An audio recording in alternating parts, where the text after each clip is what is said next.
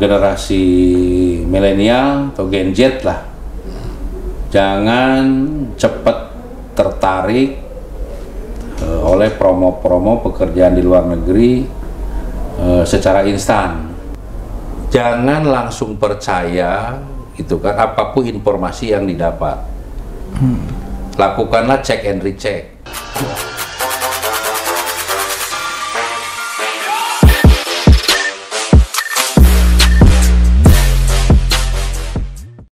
Assalamualaikum warahmatullahi wabarakatuh. Balik lagi di acara Ngopi Jawara, ngobrol pintar bersama para jawara. Kemarin jawara nomor 1, sekarang jawara wakil jawara nih di Banten nih hadir Bapak Kepala Divisi Keimigrasian, Bapak Ujo.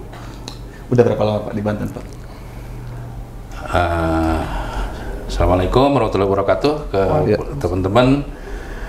Perkenalkan, saya Ujo, jadi divisi keimigrasian di Kanwil Banten.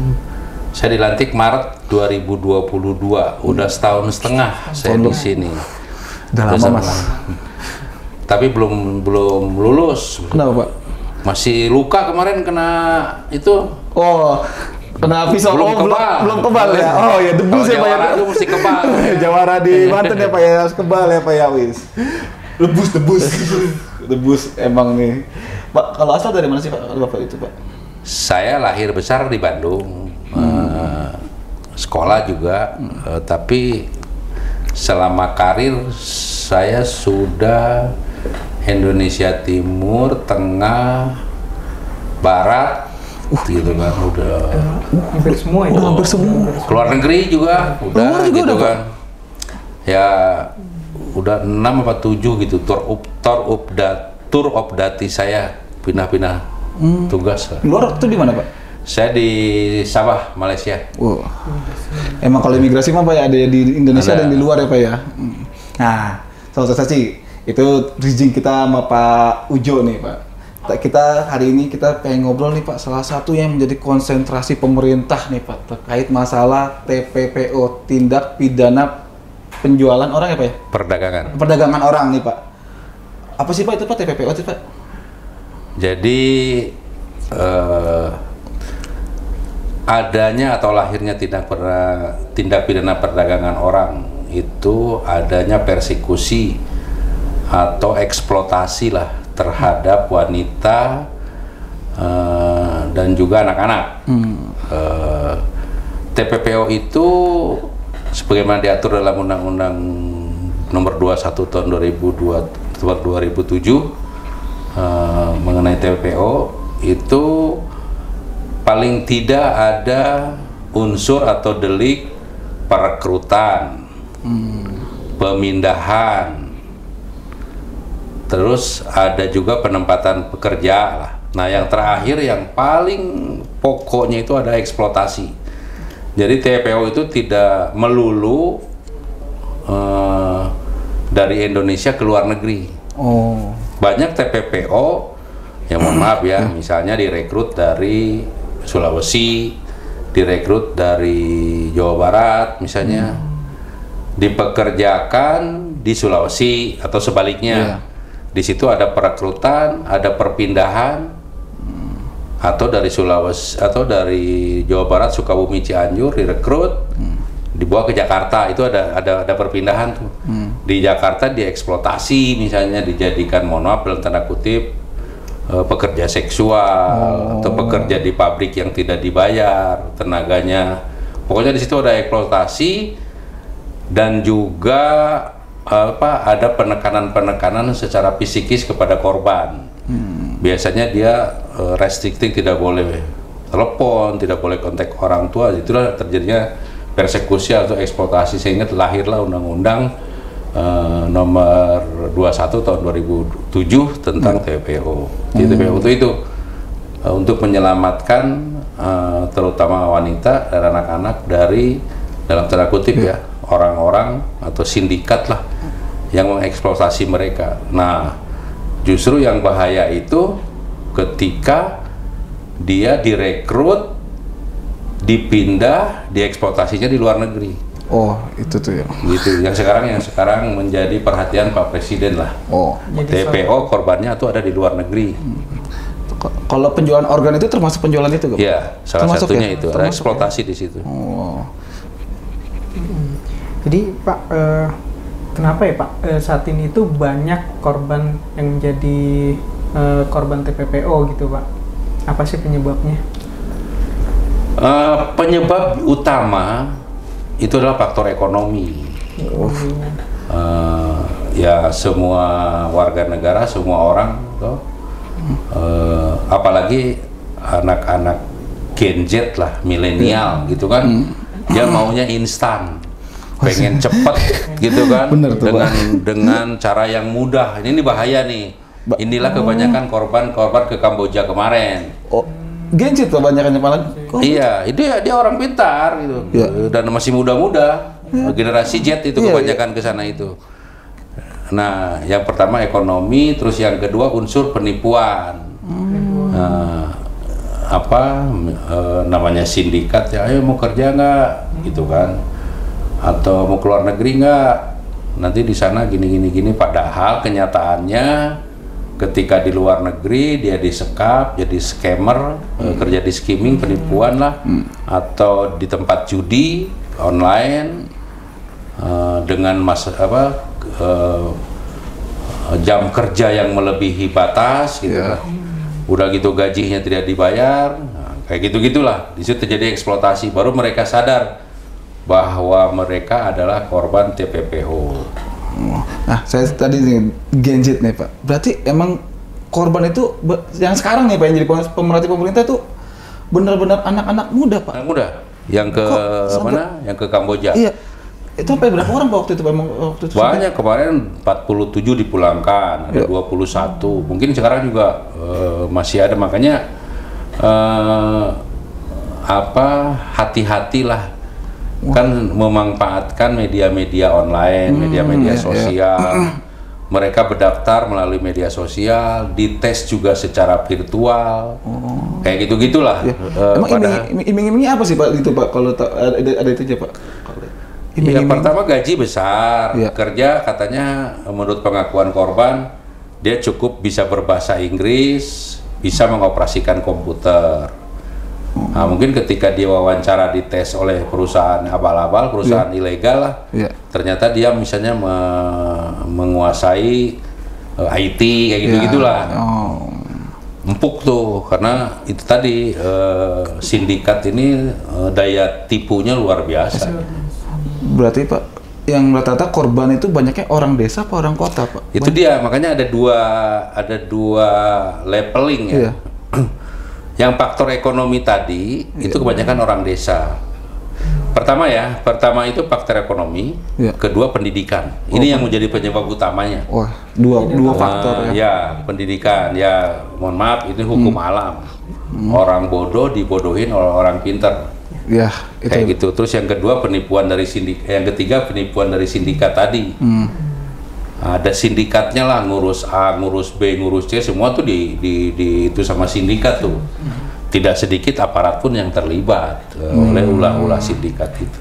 Ada oknum tertentu. Ada oknum lah. Berarti serem juga ya, sekarang anak muda malah yang banyak jadi korban ya Pak ya. Kita pikirnya tuh TPPO tuh banyaknya orang tua gitu loh Pak. Makanya Pak Menteri, Pak Presiden lah, itu langsung buat satgas. Menteri Kumham juga sama, termasuk Pak Menteri Hukum dan HAM, ke Pak Dirjen Imigrasi. Nah, Pak Dirjen Imigrasi membuat kebijakan. Pak Dirjen bilang wanita usia produktif dari 17 sampai 43 itu ketika pembuatan paspor harus diperdalam. Oh, sekarang itu ada perhatian khusus lah bagi pemohon-pemohon paspor, terutama perempuan yang usia produktif 17 sampai. Apalagi tujuan mereka Timur Tengah gitu loh. Itu pasti diperdalam diwawancaranya. Oh. Lalu Pak, bagaimana kalau misalnya orang tersebut sebelum ada peraturan ini sudah mempunyai paspor, kan nggak terpantau gitu ya Pak? Nah itu penanganannya gimana Pak? Jadi gini, kita punya dua filter di imigrasi ini. Pertama ketika dia memohon surat perjalanan atau paspor, kedua di TPI, di tempat pemeriksaan imigrasi baik bandara maupun pelabuhan laut. Ini semua sudah menjadi perhatian di 2 tempat itu. Di Soekarno-Hatta aja penolakan dan penundaan keberangkatan datanya lumayan besar, karena itu tadi disinyalir akan menjadi korban gitu loh. Jadi imigrasi punya 2 filter. Pertama ketika pembuatan dokumen paspor, kedua ketika mau berangkat. Jadi gapnya udah bisa dibilang cukup lengkap. Seperti emang kayaknya TPPO ini daging nih Pak ya, pembahasannya Pak ya. Makanya saya kaget, biasanya tuh ya saya pikir desa orang pedalaman gitu loh Pak. Maksudnya lebih banyak orang desa dan bukan anak Gen Z. Tapi Bapak tadi ngomong ada Gen Z juga, anak-anak milenial yang sekarang baru pada ini akibat media sosial berarti Pak ya. Jadi saya ingat sebuah kasus di Makassar Pak, yang anak memutilasi korban, anak kecil Pak, yang waktu itu kejadian itu yang mutilasi mau jual jantung, cuma gara-gara lihat Facebook. Iya. Itu tuh media sosial luar biasa Bang. Berarti emang, tapi TPPO sama imigrasi itu berarti fokusnya lebih ke yang keluar ya Pak ya? Jadi gini, kalau ada kasus, ada tindak pidana yang masuk ke undang-undang imigrasi tapi mirip TPPO. Namanya tindak pidana penyelundupan manusia, TPPM. Ada lagi Undang-Undang 21 2007 tentang TPPO. Ini sama tapi tidak serupa. Kalau TPPM itu menyelundupkan orang. Yang tanpa dokumen Pak, apa gimana? Ya, bisa tanpa dokumen, bisa juga dengan dokumen. Misalnya gini, ketika saya bertugas di Sabah, dari Nunukan, dia pakai kapal laut, pakai perahu lah, itu masuk ke jalur-jalur yang memang tidak resmi. Jalur tikus ya sebetulnya Pak ya? Jalur tikus, atau ke Malaysia lewat Johor. Banyak di situ jalur-jalur tikus. Di Medan juga ada, di Batam juga ada, apalagi di daratan di daerah Kalimantan Barat misalnya, di Sambas, di Entikong. TPPM tuh tindak pidana penyelundupan orang, itu ada di Undang-Undang Keimigrasian. Itu ada pidananya. Ada juga dia itu sadar bahwa saya akan diselundupkan gitu loh. Dia masuk melalui resmi, orangnya tahu bahwa dia akan diselundupkan dan agennya di sana sudah siap ngejemput gitu. Itu penyelundupan manusia, TPPM gitu kan. Beda dengan kalau TPPM ketika rencana saja, misalnya perahunya sudah siap, orangnya siap diberangkatin, itu kita bisa tindak. Kalau TPPM, karena sudah ada barbuk, orang mau berangkat dan kapal atau kapal laut atau perahu yang sudah disiapkan. Itu TPPM ya, tindak pidana penyelundupan manusia. Tidak perlu ada eksploitasi dulu gitu. Kalau di TPPM, rencana aja sudah bisa dipidana. Kalau TPPM ya, kalau TPPO berarti emang yang udah di sana jadi korban, baru dibilang TPPO. Itu kalau TPPO ranahnya imigrasi juga atau emang? Di kepolisian. Kepolisian Pak. Berarti kalau emang imigrasi itu banyaknya di TPPM ya, pencegahannya? Di TPPO kita berperan dalam pencegahan. Pencegahan ya Pak ya. Pencegahan supaya itu tidak terjadi, karena negara harus hadir gitu dalam rangka menyelamatkan masyarakat. Ya mohon maaf, orang lagi susah ekonominya gitu kan, orang pendidikannya kurang, ditipu gitu sama orang. Nah, ketika kita wawancara, nanti yang kesana siapa misalnya, nanti yang rugi kamu.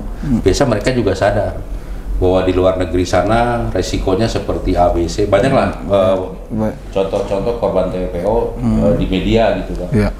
Akhirnya banyak mereka yang sadar, ya Pak saya mau bekerja gini-gini.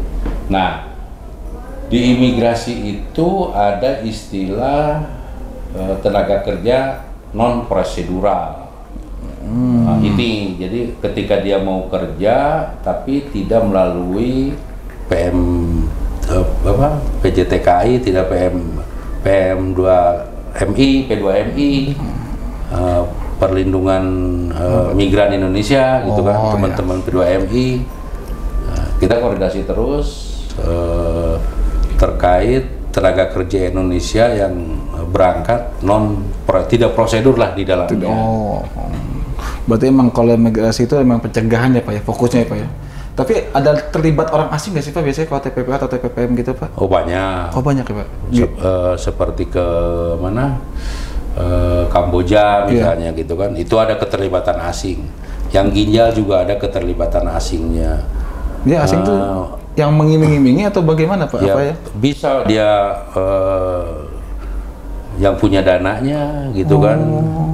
Misalkan di Timur Tengah, dia punya dana, dibayar ke sini pembuatan dokumennya segala macam lah, dibiayai oleh sindikat tadi. Nah ada sponsorship ya, yang punya dananya di luar biasanya.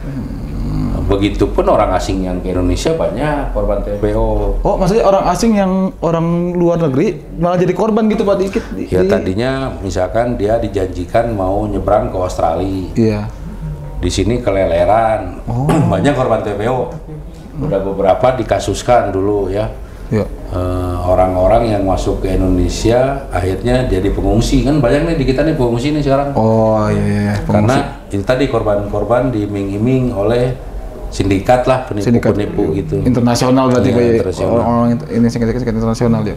Berarti emang korban tuh bukan cuma kita fokusnya bukan hanya berarti itu kan orang Indonesia saja Pak ya. Asing juga ya Pak ya. Bisa. Kan masuk asing juga ya. Ada. Makanya TPPO itu masuk ke dalam kejahatan extraordinary, kejahatan yang luar biasa lah. Karena dia banyak yang lintas negara gitu loh. Kejahatan itu makanya dibilang extraordinary. Emang agak-agak serem juga ya ternyata kejahatan ya, ini makanya menarik mengenai pertama untuk anak-anak muda nih, kaum milenial atau Gen Z itu kan, generasi Z itu jangan langsung percaya gitu kan apapun informasi yang didapat. Lakukanlah check and recheck. Ke Kanwil kita banyak punya perusahaan di AHU misalnya, ini terdaftar kan nih perusahaannya. Bisa dilihat nih ini perusahaannya benar apa enggak gitu kan. Terus mengenai persyaratan ketenaga kerjaan tanya ke Naker gitu kan. Jangan mudah nanti di sana digaji 25 juta gitu kan. Iming-iming kerja di luar negeri Pak ya. Syaratnya hanya bisa tesnya pun hanya tes bahasa online. Nah, yang begini-begini yang instan bagi anak muda, alangkah bagusnya itu di recheck and recheck gitu kan, dikonfirmasi ke instansi yang memang punya data atau kewenangan dalam ketenaga kerjaan. Kalau di Kumham mengenai perusahaan dan dokumen paspor. Jangan sampai itu tadi menjadi korban penipuan gitu loh. Dan ini kalau saya sih generasi saya bukan generasi peralihan lah ya. Peralihan ya. Masih suka baca gitu kan, ke koran, bersambung kemana kita. Kalau anak muda sekarang kan enggak, headline aja. Diperlukan pegawai untuk di mana dengan gaji sekian. Hubungi nomor ini atau website ini, diklik contohnya yang begini-begini segera laporkan ke aparat gitu loh.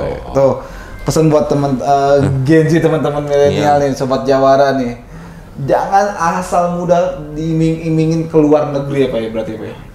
Tiba-tiba luar negeri ada pemberitahuan kerja gaji besar. Emang sih instan tuh emang jadinya jadi penyebab utama sebuah penipuan gitu. Banyak korban penipuan kan orang-orang sekarang kan gitu kan, anak-anak muda bener, sekarang. Pak, emang itu data udah banyak Pak. Kita lebih butuh instan apa pengakuan instan kekayaan, aduh. Misalnya untuk pelaut, gitu kan, kerja di kapal, konfirmasi dulu lah ke instansi-instansi yang memang kompeten atau berwenang gitu loh. Jangan langsung percaya ya promo-promo yang tidak jelas lah. Tuh, buset. Lalu Bapak izin, kalau itu kan mereka dapat informasi bisa dari website ya, medsos. Nah, ada nggak sih Bapak penanganan dari pemerintah sendiri terkait tindakan kejahatan tersebut, yang orang yang menyebarkan informasi yang tidak benar itu ada tindak lanjutnya nggak Bapak? Banyak, terutama Kominfo lah. Oh, ya. Dari Kominfo sudah diblokir gitu kan, website yang begitulah, judi online, tempat-tempat prostitusi kayak gitu. Nah, cuman apa namanya sindikat gitu, biasanya kan dia akan terus gitu kan, terus sekarang begini sih. Nah, makanya masyarakat juga kita harus edukasi, hati-hati mereka, walaupun ya contohnya lah, misalnya narkoba sudah dihukum mati, toh bandar-bandarnya sudah dipenjara, tapi tetap aja gitu kan, bahaya latennya. Ini pun sama, kita harus mengedukasi masyarakat itu sebelum, atau pencegahan preventif lah. Karena kalau sudah terjadi, kemarin lah yang di mana, yang ginjal misalkan, atau yang di skimming di Kamboja, dia berangkat dari sini lewat Thailand. Thailand naik perahu gitu loh. Tapi itu resmi gak sih Pak? Asli dokumennya tuh yang naik Kamboja itu dia punya asli bikin paspor gak sih Pak? Paspor, dia terbangnya ke Thailand. Oh, tapinya tujuannya malah di Thailand, malah jadi lewat jalur tikus masuk ke Kamboja gitu Pak?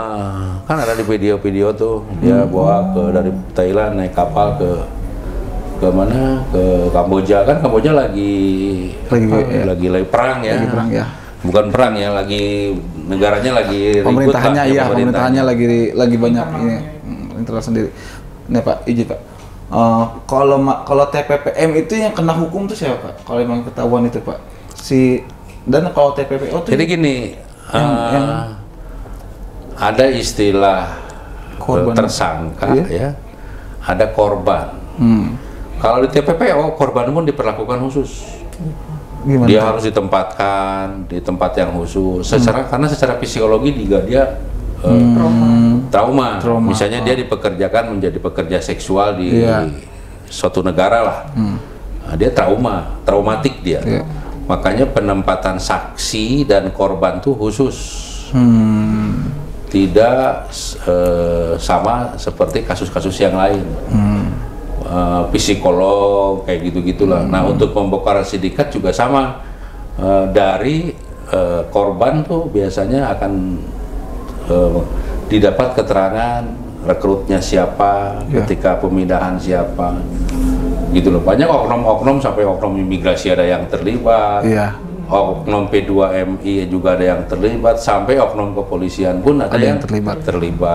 Dan itu ditindak tegas ya Bapak? Ditindak, di kita di imigrasi juga ada berapa yang lapor dipecat gitu kan.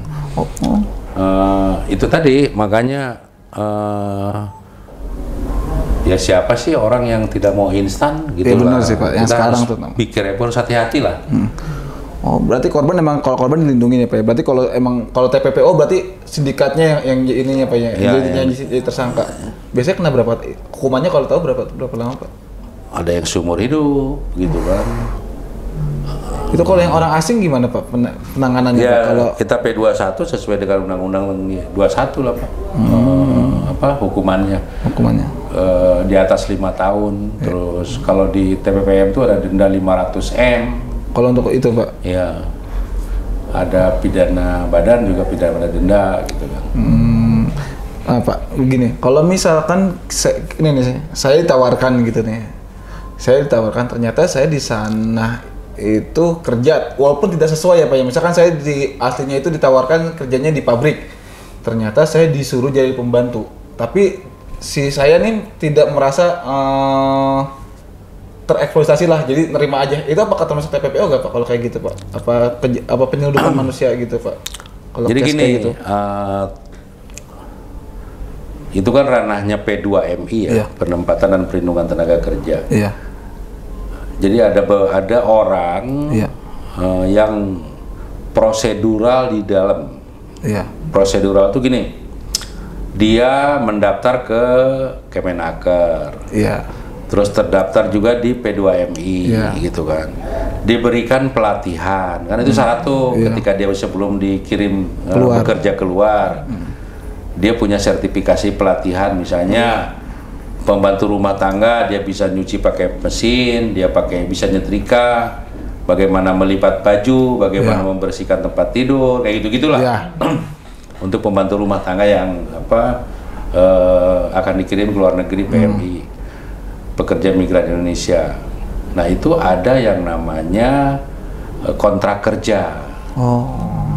Nah ketika dalam kontrak kerja dia akan dikerjakan di restoran misalnya, akan dipekerjakan di pabrik, tapi kenyataannya Iya. dia bekerja sebagai rumah tangga, Iya. itu masuk kepada penipuan, Pak. Oh, penipuan ya Pak jatuhnya Pak? Walaupun apa ya, yalah orang perjanjian kerjanya iya. apa, gitu Iya, kan? Iya, perjanjian kerjanya apa, tapi berarti yang ditindak itu orangnya juga bisa ditindak berarti Pak ya? Sayanya juga bisa ditindak sebagai Korban. Oh, korban tetap Pak. Kalau orang keselama dia nggak ada ini kan delik pengaduan, Pak. Delik pengaduan. TPPO itu delik pengaduan Pak jadinya. Iya, kebanyakan pengaduan. Terungkapnya tuh dari pengaduan. Pengaduan orangnya ya. Karena kita kan tidak tahu, Pak. Iya, Dan benar. juga di operasi. Misalnya polisi melakukan operasi di tempat hiburan, Iya. gitu kan? Oh, pas lagi. Nah, baru dia akan terungkap tuh, di korban tuh akan bicara. Atau korbannya memberikan info kepada aparat penegak hukum. Iya. Jadi ada dua. Dari pengaduan bisa, gitu kan? Dari operasi-operasi penegakan hukum juga bisa. Oh, seperti itu. Berarti Oke. kalau kita kerja di luar emang nggak sesuai, adukan aja ya Pak. Adukan aja. Jangan tinggal diam karena aja. bisa berakibat fatal juga ke depannya. Saya pernah menangani beberapa tuh waktu saya tugas di Sabah. Iya Pak. Ini kasusnya aneh lagi. Apa? Jadi bapaknya tuh kepala sekolah, ibunya guru. Terus? Anak ini hilang. Menurut orang tuanya sudah 2 tahun. Ketemu di Tawau. Kabur naik taksi. Naik taksi ke konsulat. Konsulat Tawau RI, konsulat RI. Iya. Ketemulah sama saya. Iya. Sebelah kenapa kamu? Oh, ya itu deh, jadi itu juga di rumah juga jangan sampai pilih kasih sama anak. Oh, iya. Akhirnya anak tidak betah di rumah. Di rumah. Nah, ketika dia tidak betah di rumah, ada orang yang ngajak. Ketika itulah gayung bersambut. Padahal yang ngajak itu adalah sindikat. Pergilah dia, dijanjikan di restoran kerja. Padahal di prostitusi, gitu kan tempatnya itu, dan tidak dibayar. Itu udah langsung ditangani waktu itu juga, tahun berapa ya? 2017 kalau nggak salah, atau 2017 kan kasus itu.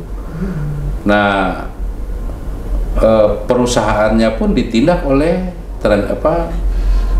berwenangnya Malaysia gitu loh. Karena beda dengan kalau di sana namanya LEPI, perjanjian kerja. Nah kayak gitu-gitu perlu keberanian. Misalnya gini, kalau ada saudara sudah terlanjur berangkat ke luar negeri, sudah terlanjur bekerja di sana, walaupun yang tadi dia tidak rugi, tidak jadi tidak ada unsur eksploitasi, tapi dalam langkah perlindungan di sana, saya pesankan agar memberikan informasi kepada saudaranya di sana, segera melapor keberadaannya ke perwakilan kita di luar negeri, ke kalau ke Dubes kan di ibu kota negara. Misalnya kalau di Malaysia di Kuala Lumpur, kalau dia tinggal di Kuala Lumpur ya lapor ke Kedubes. Kalau dia ada di wilayah-wilayahnya di Kuching misalnya, di Sabah, di Johor, nah itu laporlah ke konsulat jenderal terdekat. Ada konsulat jenderal perwakilan RI di masing-masing daerah. Di Jerman misalnya di Berlin, di Thailand ada di Bangkok, ada lagi di lupa saya, ada 2 perwakilan Indonesia yang apa di setiap negara. Di Filipina ada. Jadi tolonglah, misalnya ada di Saudi, di Riyadh, ya ke kedutaan gitu kan, lapor saya orang Indonesia bekerja di tuan apa, alamatnya di apa. Dan sekarang Kementerian Luar Negeri sudah memfasilitasi pendataan orang asing dan perlindungan orang asing online, bisa melalui handphone, di googling aja. Nah, baru foto paspor, mungkin dokumen untuk diupload ke aplikasi itu, biar keberadaannya bisa diketahui oleh pihak perwakilan kita di luar negeri dalam rangka perlindungan, Pak. Jadi kalau ada yang begitu, ada penipuan kayak gitu, tinggal lapor. Oh ya, berarti ini pesan buat teman-teman keluarga ya. Ada saudara di luar negeri yang lagi bekerja ataupun itu ya, bekerja sih rata-rata ya Pak ya. Rata-rata bekerja, tolong dipantau, takutnya emang korban penipuan ya Pak ya, ditaruh di kafe, contohnya di tempat prostitusi atau tempat yang lain tidak sesuai. Nah Pak, kalau untuk di Banten sendiri sih udah pernah ada kejadian sih Pak TPPO sama Bapak ngejabat? Saya dapat data dari teman-teman APH ya, aparatur penegak hukum, juga dari teman-teman P2MI. Jadi ada 2 kategori. Calon, jadi di imigrasi pun kita sudah mencabut, pembatalkan paspor itu 268 orang untuk pencegahan. Karena itu ada indikasi ya berarti ya, ada indikasi ya Pak ya. Terus TPPO-nya tuh 26 orang korbannya untuk Banten tuh. Data yang kami terima ya sampai saat ini, ada di Serang, ada di Cilegon, ada di Tangerang gitu. Itu luar negeri Pak, TPPO keluar yang berhubungan sama luar negeri. Yang udah kembali ke Indonesia lah. Tapi 26 orangnya udah tangani pihak APH, aparat penegak hukum. Saat ini kondisinya udah di Indonesia atau masih di luar? Udah di Indonesia. Berarti emang apa ya? Sekarang imigrasi ketat banget ya Pak ya untuk menseleksi orang yang mau ke luar negeri gitu Pak. Takutnya emang tujuannya tuh dia kena korban penipuan gitu ya Pak ya. Ya kita bukan ketat ya. Waspada ya. Jadi nggak gampang sekarang Mas Krisna untuk termasuk pria juga apa semua? Iya. Pertama kita lihat profiling dia. Ya mohon maaf ya. Anda kerja nggak misalnya, gitu kan? Iya. Orang tua kerja di mana? Enggak. Terus mau kemana? Kan impossible Pak. Iya benar sih. Itu kayak gitu kan. Living cost, biaya hidup di luar tuh tinggi. Nah, kayak gitu-gitulah. Untuk living cost mereka ada di luar, mau apa? Dari mana? Nah ini yang begitu-begitu kita sekarang sudah agak ketat lah untuk itu ya. Untuk kita adakan pendalaman. Udah banyak ditunda akhirnya. Kita ada mekanisme penolakan permohonan, ada penundaan. Kita berikan dia penundaan dulu. Dan akhirnya terungkap ternyata dia mau kerja gitu. Nah kalau untuk kerja kita sarankan urus yang benar. Nanti setelah selesai baru paspornya kita kasih untuk pemberangkatannya. Jadi gitu ya. Indikatornya itu profiling orang dulu, apalagi yang perempuan. Kalau perempuan kita betul-betul ketat. Diwawancara, di dokumen gitu.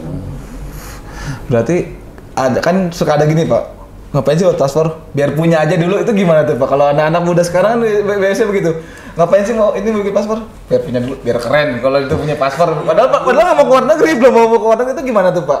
Kalau ya itu hak setiap warga negara. Hak setiap warga negara. Tapi kita itu tadi tidak semudah itu gitu kan. Kita pasti ada, karena di imigrasi kan by data dan sistem. Dan dokumen. Data itu dari sistem ya.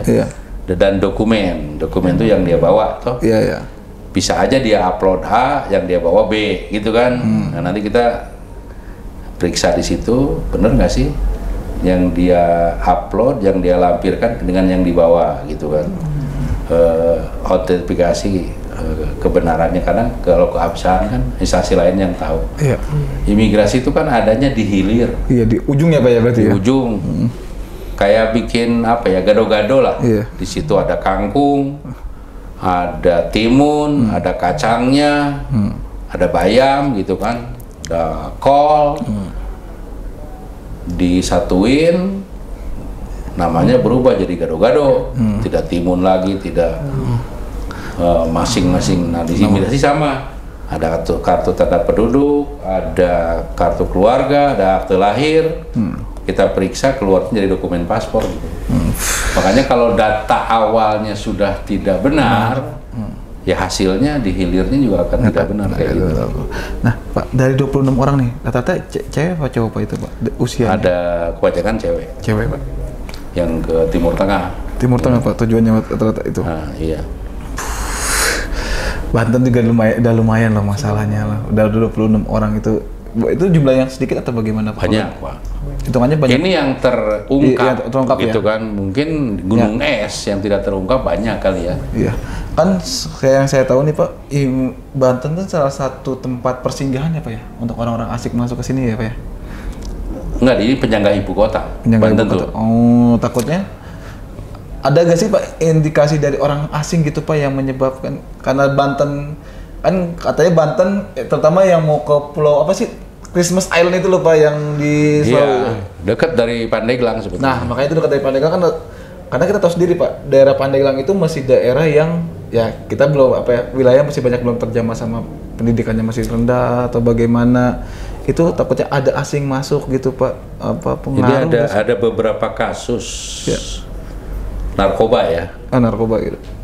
Di pesisir kemarin ada terungkap di Cilegon. Itu heroin lagi. Orang asing Pak? Iya, orang Iran.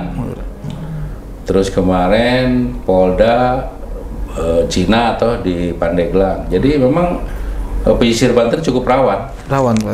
Menjadi tempat persinggahan orang-orang. Orang-orang lah ya, Iya. terutama narkoba. Pernah juga ditemukan narkoba terapung di laut gitu kan, dengan tidak ada penanggung jawabnya lah, yang nerimanya siapa. Pernah juga.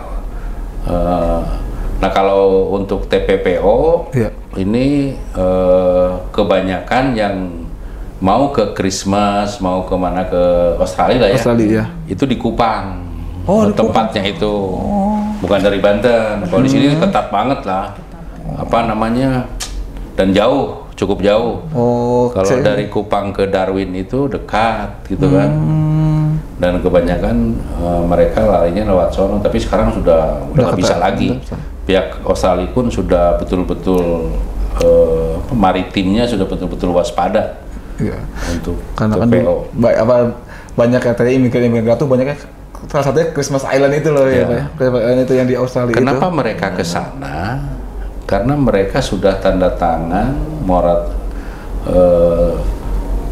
negara yang menjadi pengungsi.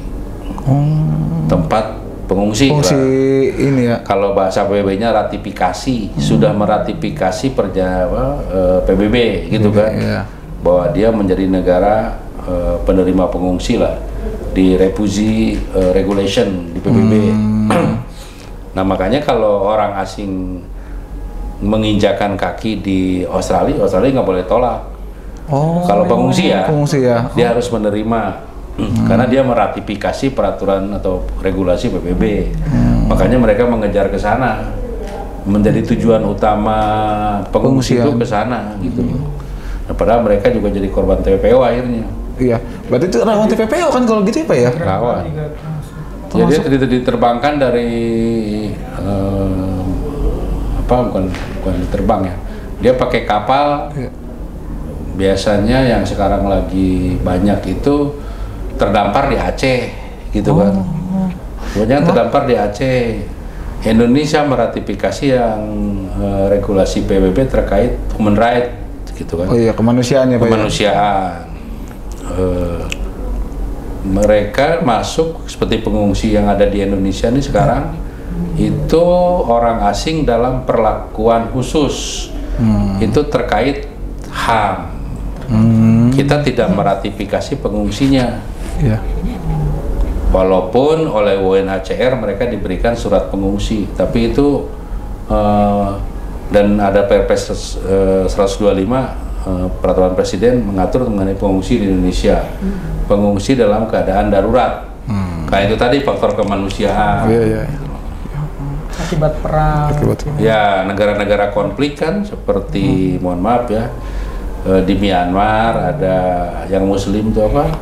Wah, itu juga Rohingya. Rohingya. Nah, mereka kan pada lari tuh. Pada lari ke sini ya. Terus Irak gitu ke konflik dulu banyak, Afgan lari gitu kan, bukan di kita aja, di Eropa aja banyak sekarang orang Syria, orang mana gitu kan. Itulah. Jadi kalau misalkan orang asing Pak korban TPPO di Indonesia itu dipulangkan dulu atau kita treatmentnya? Kalau dia korban harus kita tempatkan di tempat khusus, diperlakukan sebagai saksi kan dan korban. Oh, berarti di treatment dulu Pak, di kita nggak langsung itu ikutnya hukum kita Indonesia atau hukum dia tempat asalnya di negeri asalnya Pak? Kalau jadi korban di sini itu ada absolute super dignity ya, kekuasaan mutlak suatu negara.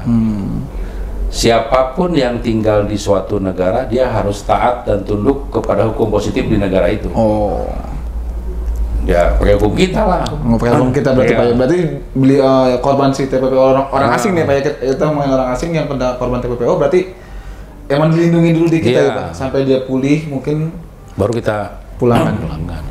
Oh, nah Pak, kita ngomongin lagi di Banten Pak. Banten, apa sih Pak nih sebagai kepala divisi keimigrasian, langkah-langkah inovasi apa Pak untuk mengatasi pencegahan TPPO yang ada di wilayah Banten? Karena kalau kata Bapak bilang 26 orang itu udah banyak, berarti ini jangan sampai bertambah ataupun iya. Pak Kakanwil, Pak Dirjen juga udah suka ngasih lah arahan, petunjuk gitu.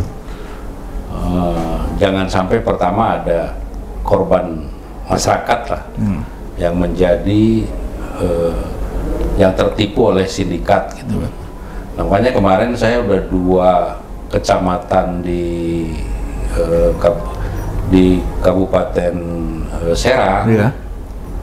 Itu Tirtayasa, satu lagi saya lupa kecamatannya itu, daerah pesisir semua ada 7 kecamatan tuh di Kabupaten Serang nih. Kabupaten Serang. Itu sudah kita survei, sudah kita lakukan intelijen gitu kan, sudah kita periksa data bahwa di daerah pesisir Tirtayasa ke sana itu lumbung atau tempatnya masyarakat yang berangkat kerja ke luar negeri. Di daerah situ, makanya kemarin kita di situ dibentuklah desa binaan. Apa tuh? Desa binaan imigrasi. Saya berkoordinasi, berkolaborasi, sinergi lah dengan teman-teman penyuluh hukum. Nah nanti ke depan mereka menjadi desa ya, kecamatan itu. Desa di kecamatan itu kita akan proyeksikan menjadi desa kadarkum, desa yang sadar hukum. Kita dengan teman-teman penyuluh di Yankum dan di imigrasi kita sama-sama turun mengedukasi masyarakat terkait pencegahan TPPO. Kemarin kita sudah canangkan, kita buka di hotel. Di situ ada Kapolsek, ada Babinsa, ada unsur Muspika, Musyawarah Pimpinan Kecamatan. Ada Karang Taruna, ada tokoh masyarakat, kita duduk bareng, mereka juga terima kasih, baru paham gitu loh, setelah kita edukasi. Nah program itu akan kita jalankan terus, sampai mereka tahu bahwa yang benar itu mau bekerja itu harus begini. Teman-teman P2MI juga kemarin jadi narasumber, gitu kan, dari Nakra jadi narasumber, teman-teman penyuluh hukum juga bagaimana undang-undang TPPO itu dibuat, apa aja isinya. Nah itu ada di teman-teman penyuluh hukum kemarin dalam kegiatan pembentukan desa binaan.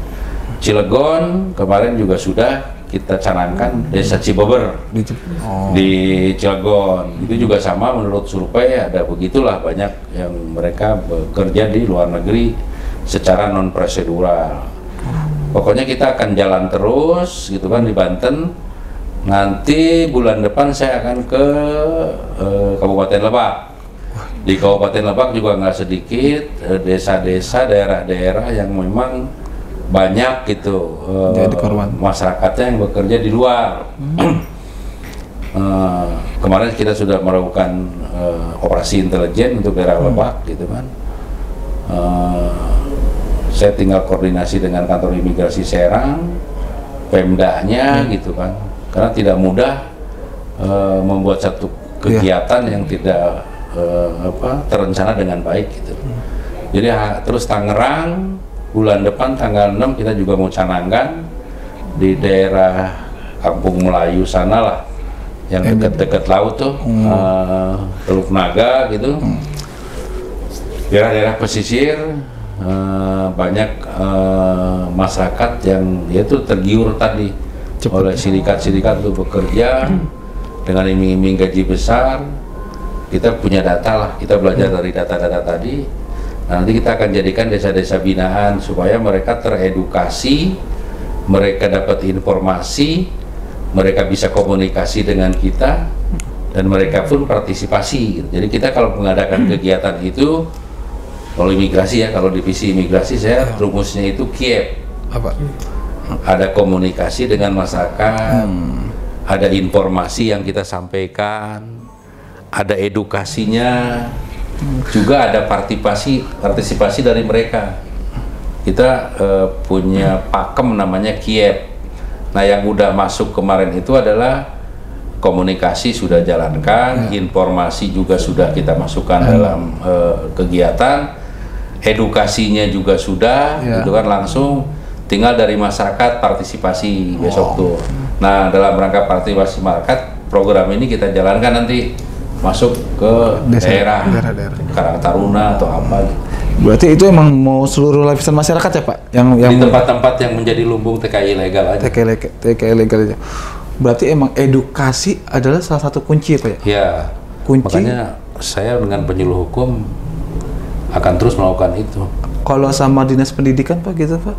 Maksudnya pendidikan tentang TPPO tuh harusnya sudah diberitahukan sejak dari sekolah lah gitu lah Pak. Iya, kemarin kita ada rencana dengan teman-teman penyuluh untuk masuk ke SMA lah. Iya, karena kan kata Bapak korbannya Gen Z kan soalnya Pak, itu salah satu. Jadi pertama mungkin menjadi core atau menjadi titik apa istilahnya bahasannya, pokok-pokok bahasannya, bagaimana sih beasiswa di luar negeri. Ini penting nih buat anak-anak nih. Iya. Yang sekarang SMA kelas 2, kelas 3. Iya. Karena beasiswa di luar negeri pun banyak yang dibuka. Iya. Banyaklah orang-orang yang kreatif gitu. Nyari, ya. Mau di Eropa, mau di Asia gitu kan, atau di Australia, yang menyediakan bagi mahasiswanya itu beasiswa. Dan ke Indonesia pun banyak orang luar yang beasiswa ke sini, gitu kan, sebagai salah satu indikator bahwa universitas itu terakreditasi lah untuk peningkatan status lah. Nah, di luar negeri pun sama. Nah, banyak teman-teman yang kuliah di luar negeri, dia tidak tahu peraturan bagaimana di luar negeri, akhirnya izin tinggalnya dia tidak urus, jadi overstayer lah. Iya. Mahasiswa asing pun di sini banyak kasus seperti itu. Pihak kampus tidak ngurus izin tinggalnya, kayak gitu-gitu loh. Nah, jadi kita nanti mungkin akan turun-turun ke sekolah. Pertama bagaimana mendapat untuk sekolah beasiswa di luar negeri. Terus yang kedua, bekerja di luar negeri seperti apa, jangan sampai menjadi korban TPO, gitu loh. Nanti kita akan melakukan kegiatan dengan teman-teman Yankum. Kemarin ada dari pihak sekolah, Pak, bikin ceramah umum dong untuk. Oh, saya sangat mau berarti Pak. Ada ya berarti ya. Ada kegiatan, nanti saya mau koordinasi dengan teman-teman Yankum, dan ini menjadi kehadiran Kumham Banten lah bagi teman-teman di pendidikan gitu. Iya Kak. Karena ya sesuai dengan berarti Bapak, edukasi menjadi salah satu kunci untuk pencegahan itu sendiri. Selain imigrasi sudah melakukan ya pencegahan melalui paspor itu, pembuatan paspor. Paspor warga binaan. Nah, saya tanggal 26 ini pun September. Saya akan melaksanakan bimbingan teknis lah untuk ke petugas wawancara seluruh kantor imigrasi. Tanggal 26 ini. Tujuannya untuk ini Pak? Iya, mengedukasi petugas. Pelatihan lah, bimbingan teknis. Karena selain kita juga edukasi ke masyarakat, petugas kita pun harus terus diasah gitu kemampuannya. Narasumber dari direktorat, apa kasus, apa yang harus diantisipasi, harus dicermati kayak gitu. Berarti kita juga petugas wawancara juga harus punya jiwa insting ini ya, insting indra keenam lah ya juga ya. Spiderman set kalau di film ini nggak baca kok bisa memanipulasi. Itu iya takutnya kan wawancara. Iya makanya saya udah programnya untuk tahun depan petugas itu harus memahami gestur, bahasa tubuh. Bener. Ya banyak contoh lah, karena pada dasarnya hati nurani itu jujur. Nah ketika dia bohong, pasti ada gestur tubuh yang harus kita perhatikan. Wah ini bohong nih, gitu. Ada sih sekarang ilmunya itu. Jadi tidak melulu oleh kata-kata, tidak melulu oleh dokumen, tapi petugas bisa melihat gestur. Belajar psikolog? Enggak, bukan psikolog, gestur aja. Karena sekarang sudah ada juga lie detector, kayak gitu-gitu lah ya. Iya, lie detector ya. Tapi ingat ya, ini bukan buat untuk mempersulit apa ya, tapi bukan. Untuk mencegah, meningkatkan kualitas petugas lah. Gerak-gerik orang ya. Kalau orang salah, pasti gerak-geraknya juga garuk-garuk kepala. Kayak gitulah. Matanya tidak fokus, keringat dingin, kayak gitu-gitulah. Nah, itu kan sesuatu hal yang memang gesturnya itu ada sesuatu yang tidak benar gitu loh. Tujuannya maksudnya membuat salah satunya untuk pencegahan. Untuk pencegahan, mengasah kemampuan petugas. Saya lagi programkan itu untuk pelatihan tahun depan di teman-teman imigrasi di Banten gitu. Nah sekarang kita awali dengan BIMTEK petugas wawancara. Karena tugas saya di sini adalah Bindal Wasnis, pembinaan, pengendalian, pengawasan teknis keimigrasian. Saya di sini.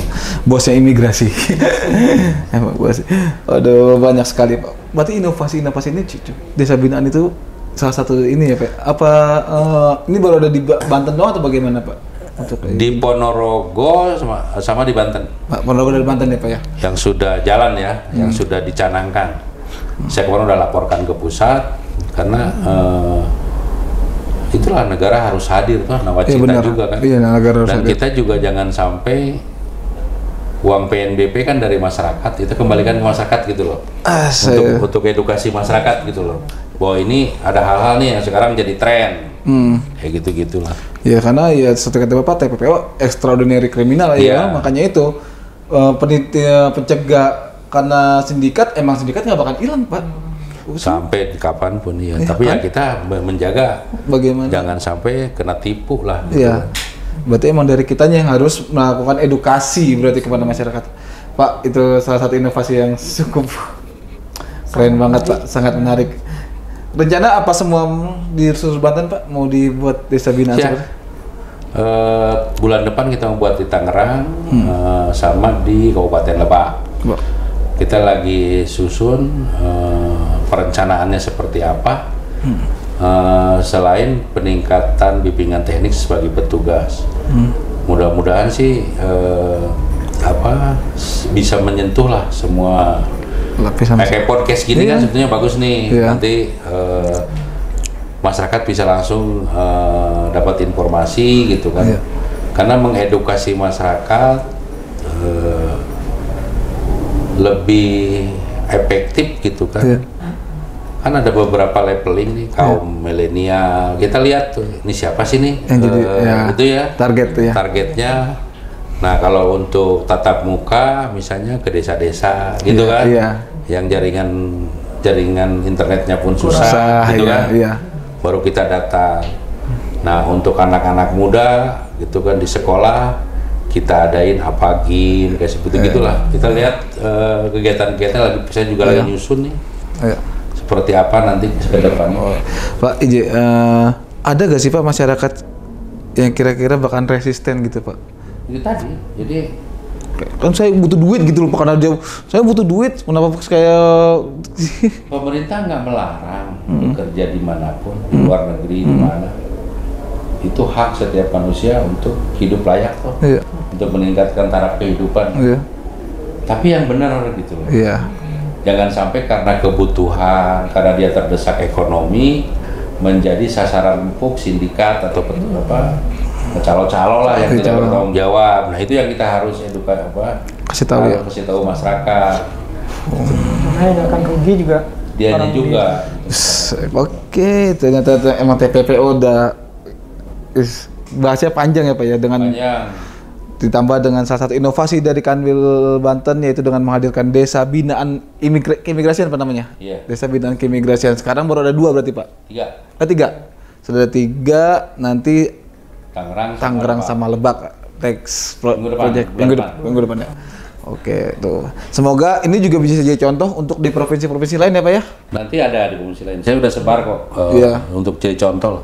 Untuk jadi contoh teman-teman. Jadi bukan hanya di Banten nanti, insya Allah Indonesia bebas dari TPPO ya Pak ya? Insya Allah. Kita maunya begitu. Iya.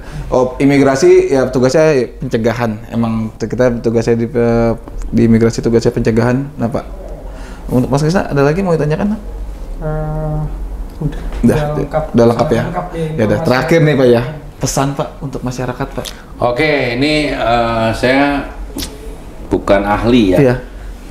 Tapi apapun yang baik tolong dicamkan gitu loh. Pertama, saya sangat terenyuh gitu melihat, bayangin saja seorang pekerja Indonesia di luar negeri dipekerjakan 12 sampai 17, dieksploitasi. Ada pembantu rumah tangga yang disetrika, disiksa gitu kan. Baik di Asia maupun di manalah di Jazirah gitu, Arab. Di sana. Nah, dengan kasus-kasus seperti ini menjadi pembelajaran. Ternyata setelah kita telusuri, kita telaah gitu kan, mereka ini asal mulanya adalah tenaga kerja Indonesia atau yang sekarang pekerja migran Indonesia PMI yang berangkat secara non prosedural atau tidak prosedur. Mereka berangkat ke luar negeri dan mereka ini menjadi sasaran empuk sindikat-sindikat atau calo-calo yang tidak bertanggung jawab. Tidak ada pertama, bekerja di luar negeri itu harus ada perjanjian kerjanya seperti apa, itu tolong diperhatikan nih. Terus yang kedua, dia ada asuransinya enggak selama bekerja, terjadi sakit, kecelakaan, ini penting. Terus yang ketiga, diketahui nggak sih oleh perwakilan Indonesia di negara tempatan. Misalnya kalau dia mau ke Jazirah Arab gitu kan, ke Timur Tengah lah, ke daerah ke Timur Tengah, kedutaannya ini tahu nggak sih bahwa orang-orang ini akan dipekerjakan di sana gitu kan. Itu ini perlu diperhatikan karena apa? Ketika bekerja secara non prosedural, ini menjadi sasaran empuk bagi oknum-oknum pengguna tenaga kerja Indonesia melakukan eksploitasi. Dia gaji tidak dibayar juga tidak ada kontrak, dia sakit juga tidak ada asuransi gitu kan. Tidak sedikit yang sakit dan akhirnya meninggal di luar negeri. Teman-teman pekerja migran, malah di Kupang itu katanya setiap hari 1 gitu kan, warganya itu. Nah, melihat hal ini, saya mohon perhatiannya ke semua masyarakat apabila ada orang yang terindikasi lah mengajak, menawarkan pekerjaan di luar negeri dengan masuk ke desa-desa, tolong segera laporkan ke aparat penegak hukum. Itu langkah yang paling tepat. Ada si A datang ke rumah-rumah untuk menawarkan pekerjaan di luar negeri, laporkan ke Polsek, ke Polres. Nah, hal-hal seperti ini akan mempersempit ruang gerak daripada sindikat. Yang kedua, tolong cek and recheck perusahaannya yang mengaku atau yang menawarkan. Terus yang ketiga, kita harus tahu apa aja pekerjaan di sana, dan sebelum diberangkatkan apakah melalui pelatihan atau tidak. Jangan sampai ada perusahaan-perusahaan atau sindikat-sindikat lah yang menawarkan secara instan, terutama kepada kaum muda nih, generasi milenial atau Gen Z lah. Jangan cepat tertarik oleh promo-promo pekerjaan di luar negeri secara instan, gaji besar kayak gitu di medsos, di website. Tolong diklarifikasi dan lebih bagusnya segera laporkan ke APH, aparat penegak hukum. Ada website yang menawarkan ini gitu kan, biar aparat penegak hukum juga dapat informasi, dapat pengaduan dari masyarakat, baik itu ke Kominfo gitu kan, atau ke secara online kan. Sekarang semua kementerian lembaga punya websitenya, laporkan segera. Nah, itulah kita untuk menutup ruang gerak oknum atau sindikat atau para penipu lah. Jangan sampai ke depan ada lagi, terutama warga masyarakat di Banten menjadi korban TPO. Cukuplah. Dan Presiden sudah menginstruksikan berantas habis mafia-mafia TPO ini. Nah, kalau sudah instruksi Presiden, ini sudah menjadi tugas dan fungsi seluruh elemen masyarakat, termasuk masyarakatnya sendiri, berperan aktif dalam rangka pencegahan ini. Saya kira itu dari saya. Terima kasih. Wes, mantap sekali. Berarti emang pesan khusus untuk masyarakat.